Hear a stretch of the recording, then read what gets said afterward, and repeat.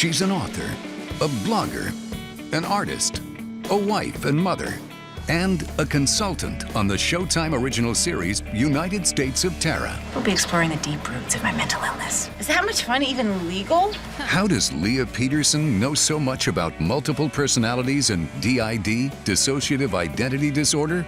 Because she lives it. One of the things that I get asked a lot is, because you have multiple personalities, how do you even deal with life at all? Are you just a crazy person? And I tell them, no, I'm just like everyone else. The only difference is that my support system inside is set up different than yours. Everyone dissociates to a certain degree. Everybody comes home from work and doesn't want to think, and they get in front of the television and they veg out with their beer, and they're doing a certain amount of dissociation right there. It's a big black hole, Max, and every shrink who's ever looked inside my skull has said there is a reason I don't know. Maybe I don't want to know what that reason is. When I was about 4 years old, I had some medical procedures done to me without anesthetic, and that was when I first split. With subsequent abuse, then other personalities came as well. So by the time I was a teenager, I had 7 distinct personalities. When I was 4, the first one, Claire, came out. She was like kind of a savior at the moment, because when you're 4, you can't really process what's going on. And so the first time she came and introduced herself and said, "Hi, I'm Claire." And I said, "Hi." And then she said, "Let's go fly." So she took me out of the situation so I didn't feel any pain. When I was young and doing the medical procedures, Leah, too, was also growing up at the same time, but she got stuck at 6 years old. So when I was being integrated, it was her turn to really go through all of those emotions of the abuse and grow up. Sydney came out around 9, 10, 11. Her role is kind of the fun and the life of life, kind of having a positive attitude about things. I have gatekeeper and protector, and gatekeeper's role is to make sure that, or was to make sure that no information came forward before I could handle it. And protector's job was similar, except for he had the power to make sure that if things were overloaded, he could shut the whole system down.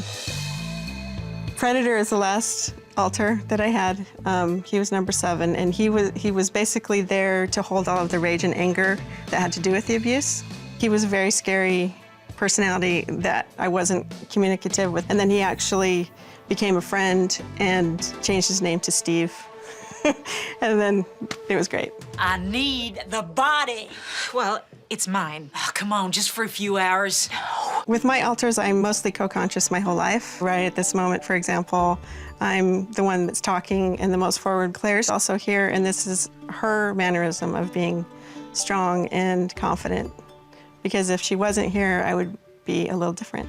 Can a person be fixed, like a car? Working up to being integrated, I went into behavioral therapy. Once you have coping skills for all of your personalities and you're on a good medication that helps you not become depressed, and you go through sessions to really deal with all of the secrets, then you're in a place where you could become integrated. But if the personalities have secrets, then there's really no way to integrate as long as people are holding things back. Alice, what are you not telling me?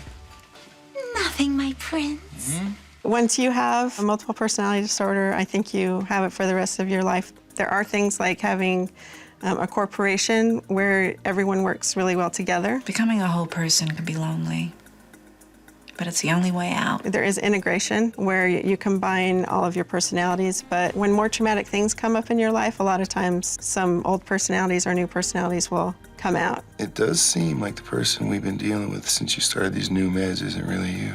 You think I'm an alter? It's hard for me to tell you what it's like to live with multiple personalities because I don't know what it's like to be someone else. Your different personalities will sometimes fight with each other, especially initially before you get into a lot of therapy.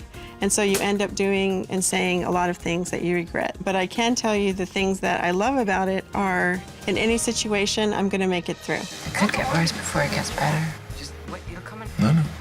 The thing that I love about Tara is that it's bringing more awareness to the general public beyond the mental health community. I realize that some of it's sensationalized, but it makes people want to watch, and they're talking about it. The sooner more people talk about it, the less stigma there will be attached to it, and then people that have mental illnesses will be treated more like people that have physical illnesses. The more work that we do towards that, the better it is for everybody.